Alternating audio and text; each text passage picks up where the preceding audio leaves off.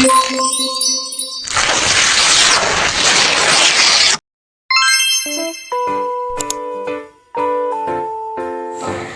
Aceh merupakan salah satu perang terlama yang dihadapi oleh pemerintahan kolonial Belanda dalam sejarah pendudukannya di Nusantara. Perang di Bumi Serambi Mekah yang berlangsung dari tahun 1873 hingga 1910 ini terbagi dalam 4 fase. Dari fase ke fase yang berjalan cukup lama, muncul tokoh-tokoh perjuangan dari Tanah Rencong yang terlibat dalam upaya perlawanan terhadap penjajahan Belanda. Begitu pula dari pihak Belanda, sejumlah nama pergantian dalam memimpin misi menaklukkan Aceh. Penyebab Perang Aceh. Satu penyebab umum Perang Aceh ialah pemerintahan Belanda melakukan perjanjian Traktat London 1824 dan Traktat Sumatera 1871. Dua, pemerintahan Belanda ingin menguasai Aceh karena memiliki kerajaan kuat dan kemampuan diplomatis yang tinggi. 3. Perjanjian London 1824 membuat Aceh menjadi daerah penyangga kekuasaan Inggris di Malaka, sedangkan Bengkulu diserahkan Inggris pada Belanda. 4. Belanda berhak atas kekuasaan daerah Sumatera Timur yang didapatkan dari Sultan Siak. Belanda membantu Sultan Siak dalam perang saudara melalui Traktat Siak tahun 1858. 5. Terbukanya terusan Suez tahun 1869 membuat perairan Aceh menjadi jalur pelayaran Eropa ke Asia. Traktat Sumatera di tahun 1871 menjelaskan Inggris tidak menghalangi usaha Belanda meluaskan daerah kekuasaan sampai Aceh. 6. Penyebab khusus Perang Aceh seperti Kesultanan Aceh menjalin hubungan diplomasi dengan negara Italia, Turki, dan Amerika Serikat.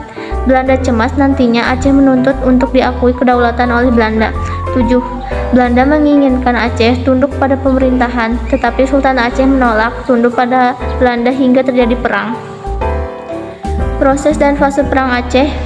Perang Aceh I tahun 1873 sampai 1874. Perang diawali pada tanggal 26 Maret 1873 ketika geladak kapal Komandan Citadel van Antwerpen secara resmi memaklumkan perang terhadap kerajaan Aceh Darussalam. Saat itu Belanda tidak langsung melakukan penyerangan karena masih menghimpun pasukan. Melihat yang demikian, pihak Aceh pun melakukan mobilisasi umum guna menghadapi perang yang sudah diambang pintu itu. Akhirnya pada tanggal 6 April 1873, pasukan Belanda yang dipimpin oleh Jenderal Kohler berlabuh di pantai Ciremen, Aceh Barat. Seketika itu pasukan Aceh yang dipimpin oleh Panglima Polim dan Sultan Mahmud Syah dengan semangat jihad fisabilillah langsung menggempur pasukan Belanda dengan meriam. Keberhasilan pasukan Aceh dalam mempertahankan wilayahnya mengakibatkan Belanda kewalahan dan memutuskan untuk menghentikan serangan ini sembari menghimpun kekuatan maupun strategi baru. Perang Aceh kedua, yaitu dari 1874 sampai 1880. Ekspedisi Aceh II oleh Belanda dipimpin oleh Jenderal Jan van Swieten. Pasukan Belanda memang berhasil menguasai istana Kesultanan Aceh Darussalam, namun tetapi itu terjadi karena pasukan Aceh telah meninggalkan keraton dan bergerilya. Oleh karena itu, sama seperti periode sebelumnya, pasukan Belanda tetap kewalahan dalam menghadapi pasukan Aceh di perang fase kedua yang dipimpin oleh Tuanku Muhammad Daud. Perang Aceh ketiga, yaitu dari 1881 sampai 1896. Masih dengan semangat jihad fisabilillah, para pejuang Aceh seperti Teku Umar, Cik Ditiro, Panglima Polim, dan Cuk Nyek Dien berhasil memobilisasi rakyat Aceh untuk melakukan perang gerilya melawan Belanda. Alhasil, Belanda semakin kewalahan dengan taktik dan semangat perang dari rakyat Aceh. Pada tahun 1891, Christian Snoek Hujronje yang merupakan ahli bahasa Arab dan Islam yang juga penasihat untuk urusan adat dari pemerintah kolonial datang ke Aceh sebagai orang yang paham tentang Islam. Ia mendekati para ulama. Peran Snoek Hujronje menjadi pasukan Belanda lebih terbantu karena ia menggunakan siasat menyerang dari dalam yang nantinya membuah hasil gemilang. Bertepatan dengan kedatangan Snow Ronje, rakyat Aceh sedang merasakan duka yang mendalam karena kematian Teku Cikditiro. Salah satu pemimpin Aceh lainnya, yaitu Teku Umar, dikabarkan menyerah kepada Belanda. Namun itu ternyata hanya taktik semata untuk memperlemah kekuatan lawan. Perang Aceh 4 dan akhir 1896 sampai 1910. Ketiadaan Teku Umar tidak membuat semangat rakyat Aceh pada menghadapi Belanda. Dipimpin Cuk Nyadien, istri Teku Umar, dengan dibantu oleh pejuang wanita bernama Pocut Baren. Rakyat Aceh terus melakukan perlawanan hingga akhirnya Teku Umar yang kembali bergabung dengan pasukan Aceh. Sayangnya pada 11 Februari 1899 Teku Umar gugur di Melobo.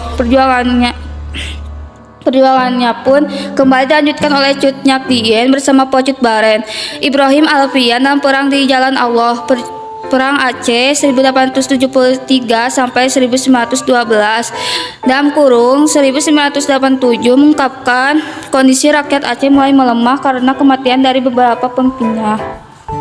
Terlebih strategi merusak dari dalam yang dijalankan Snow Ronje juga berjalan dengan mulus dan semakin memperlemah pasukan dan rakyat Aceh. Tahun 1905, Cut Nyak Dien berhasil ditangkap dan kemudian wafat pada 1910. Kematian Cut Nyak Dien pun menjadi penanda berakhirnya Perang Aceh. Tokoh-tokoh Perang Aceh. Panglima Polem atau Teku Panglima Polem Muhammad Daud merupakan seorang pemimpin wilayah 22 Mukim atau pedalaman Aceh besar di bawah pemerintahan Kesultanan Aceh.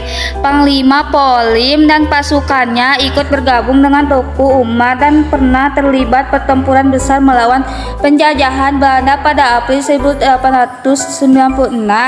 Sejak itu, ia terus berperang dengan Segit meski harus menyingkir ke daerah Pidie dan Gayo untuk mempertahankan wilayah Aceh dari gempuran pihak Belanda.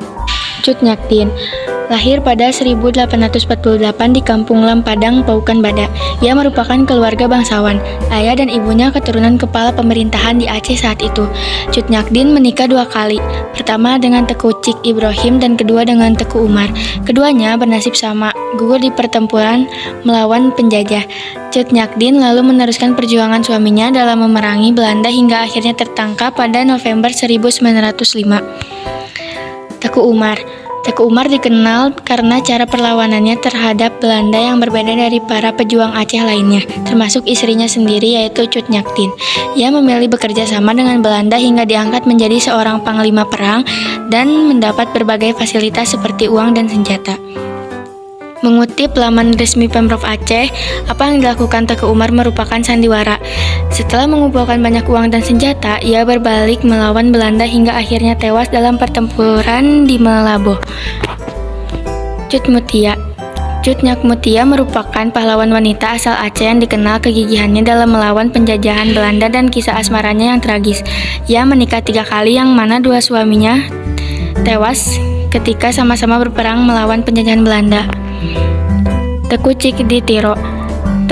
Cikditiro merupakan seorang ulama dan pahlawan nasional dari daerah Pidi, Aceh. Ia dikenal karena menggelorakan semangat perang sabil pada masyarakat Aceh untuk melawan penjajahan Belanda. Dalam gerakan perang sabil dari Teku Cikditiro mampu merepotkan Belanda dalam kurun 1881 sampai 1890. Teku Cikditiro wafat pada 25 Januari 1891 diduga karena diracun.